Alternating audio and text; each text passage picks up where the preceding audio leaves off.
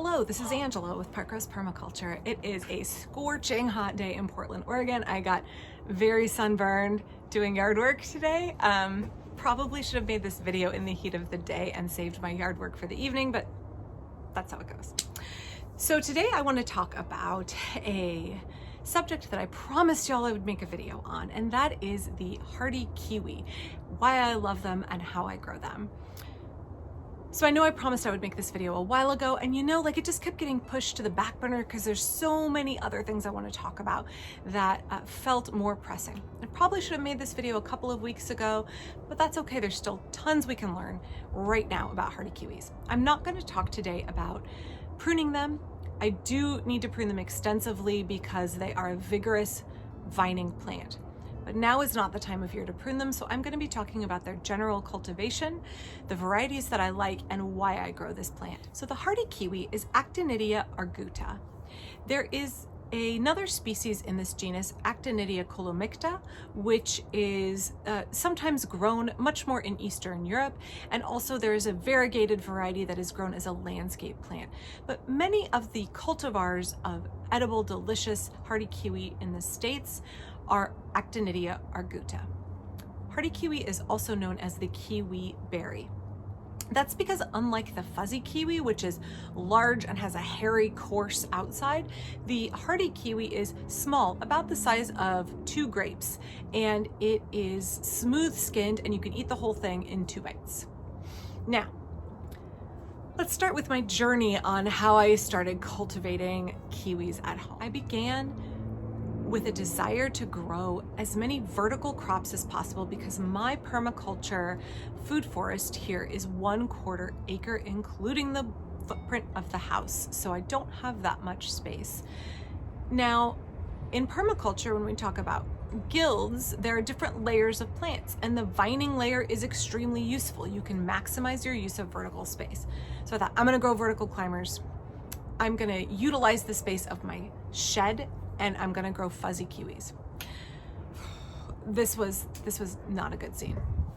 So fuzzy kiwis are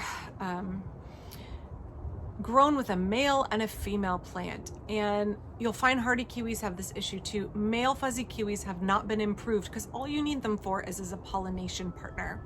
So they've not been improved very much, and they are much more susceptible to disease. So I was someone was getting rid of their fuzzy kiwis, and I put in a female and a male. The male promptly died. I bought a replacement male. The female became this huge rambling monster all over my shed. The male was this spindly little sad thing, and he died. I tried a third replacement male. The males are not named varieties. He also didn't make it through a particularly snowy winter that we had. And I said, forget this. So I had given up on growing the fuzzy kiwis, just too much frustration. And if you know my style of gardening, if you're familiar with my channel, you'll know that I don't baby things. If they're gonna take an extensive amount of work, with the exception of a few of my favorite apples, if they're gonna take too much work, I chuck them and I try something else that's going to be sustainable, because permaculture is about sustainable agriculture.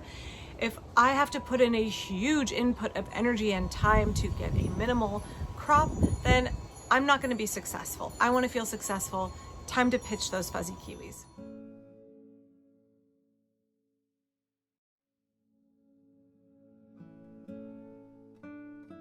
So I ended up selecting 2 varieties, Ken's Red, and my all-time favorite after trying probably 7 or 8 varieties of hardy kiwis over the years. I settled on Dumbarton Oaks. Such a great hardy kiwi. Actually, you can't go wrong with any of the varieties, but I have a soft spot for Dumbarton Oaks. I think it tastes fantastic. It is a green hardy kiwi, thin-skinned, good size, great flavor. Ken's Red, also good, has a red blush. So, I put in my male and my females on my wood shed, which you can see behind me, which I have all kinds of projects stacked up for my greenhouse. This is my male right here, and the females are over on the other side. Now, the male I can prune smaller because I only need him for the flowers, and that's it. The females, they get quite big, and each vine can hold 50 to 100 pounds of fruit on top of potentially 100 pounds of vine. So between my male and my females, I thought I need the sturdiest structure in my yard that is not my house, because vines are vigorous climbers. Kiwis are not a great idea to put on your house, much like a wisteria. Like, don't do that. Don't do that. Provide a good, strong structure in your garden. A woodshed works great. Though I see people who try and grow their hardy kiwis on these little metal arches or even a tea trellis in the yard, and y'all, you're gonna be in a world of hurts real quick when you get a windstorm, or just the weight of the vine laden with fruit yanks that trellis over. You want the biggest, sturdiest, strongest support you can find to grow kiwis. That's not a bad thing. You're looking at a fruit crop of 50 to 100 pounds per vine. So incredibly abundant and productive. Now, you can prune them excessively and keep them smaller, but why not let the vine exhibit its own vineness? Why not let it grow in the growth habit that it wants, which is a rambly vine, and then it will produce a lush, heavy crop for you. I will also say the Mark Shepard restoration agriculture approach is to grow your vine crops up trees. Now, I don't have any large overstory canopy trees. In the wild, these plants would be growing and scrambling up the trunk of a tree up into the canopy. I didn't have any large enough trees at the time I put these in to justify planting them around a tree. I felt like they had the potential to cause damage to my young tree branches, the same way they would cause damage to a weak trellis. So I chose to put them on a structure. But if you are growing Actinidia arguta and you have very strong big trees, why not use nature's trellis and grow them up a tree? Okay, so let's talk about what you need to grow this plant besides a strong trellis. Actinidia likes full sun, although some of the varieties and the species Colomicta do well in partial shade. If you have a red variety of hardy kiwi, it will not get a red blush on it if it is not given sufficient sun. That includes leaves of the kiwi shading the developing fruit. So if you grow a red variety and you really want that bright red color, the fruit will ripen, but it won't get that deep red blush unless you prune back the leaves and give it full sun exposure. It needs a good, loamy, well-draining soil. There are a couple of things that can really hamper your hardy kiwis, particularly the males, which are less improved and tend to be weaker. And those are multiple kinds of root rot. Here in the Pacific Northwest, I have a dense clay soil that holds water for a very long time. So I did amend the soil. I built up the soil and I added lots of extra humus and tried to encourage better drainage before I planted my kiwis. So the kiwis flower in late May here in Portland, Oregon. The males open and the females open, and one male can pollinate up to 6 female plants. So that means, much like having ducks and chickens, the males are useful for one short term and they can service many females. Now, once the fruit has set, I have found that if there are many hands and clusters all the way down the vine, I might want to support it because the weight of the maturing fruit can break the vines if it gets windy. So just be aware of that. If you have any tendrils hanging off the sides of your structure, if they are laden with fruit and you have a really windy day, they can be prone to breakage. I have found, as I will show you in a moment, when they break, sometimes you can just tape them back together and they will get sufficient nutrition from the rest of the plant for the remainder of the season to ripen the fruit. Do not underestimate Gorilla Tape and duct tape in the garden for broken plants.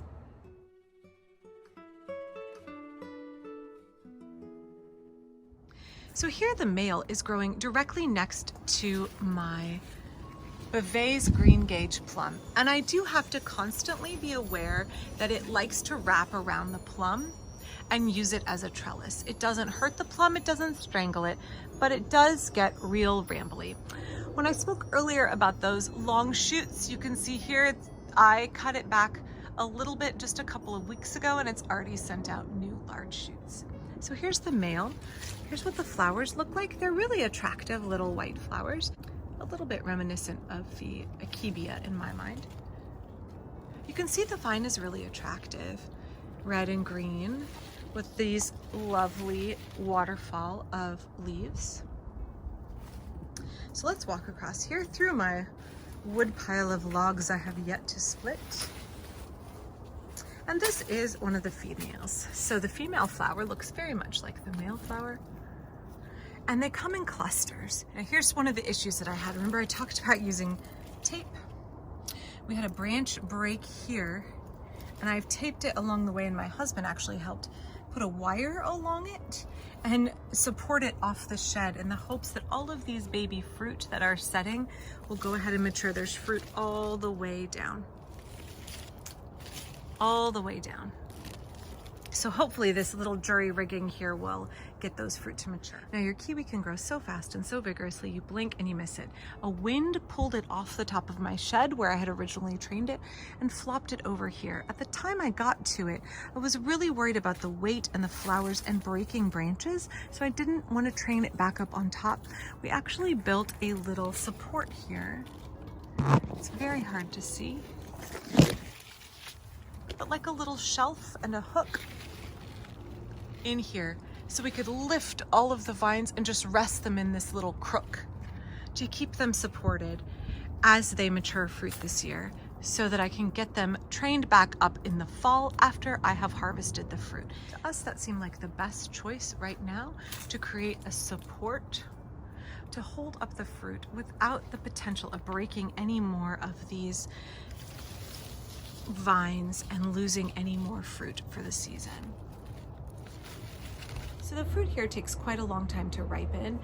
They are generally ready here in October, and that makes for a nice fall crop.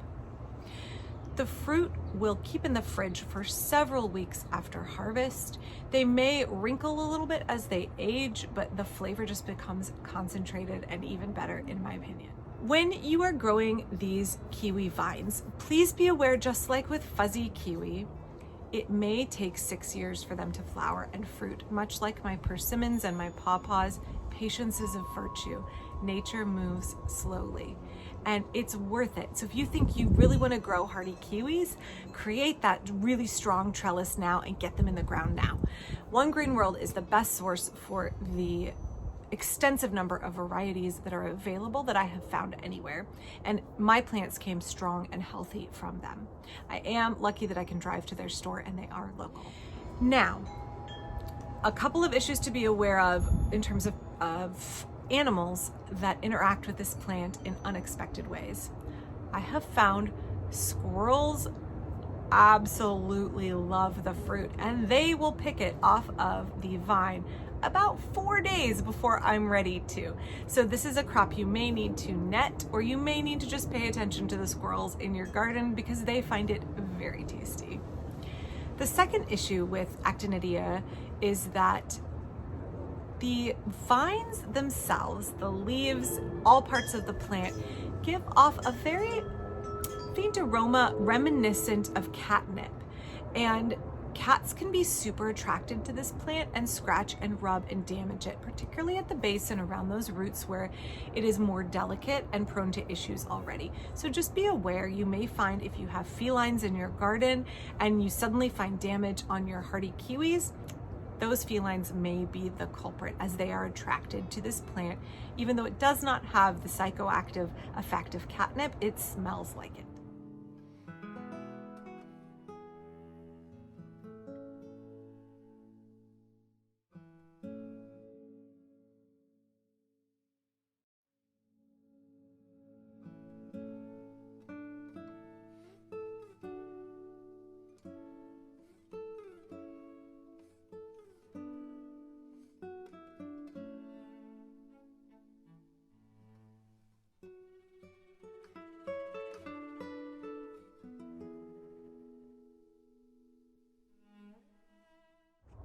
So thanks for watching. I hope you got something out of this video. I hope you learned a little bit about growing hardy kiwis. Maybe they will spoil you for all other kiwis, just as they have done for me. The complex flavor profile and sweetness of the hardy kiwi makes it vastly superior to the fuzzy kiwi, and I don't want to grow anything else in my garden. It does super well here, and I'm super happy with this crop. So maybe if you can find the right growing conditions and the right structure for it, consider it for your garden, because it's a real treat and real hard to find in stores. If you got something out of this video, please give it a thumbs up. Please subscribe to my channel and check out my Patreon in the description below. Thanks.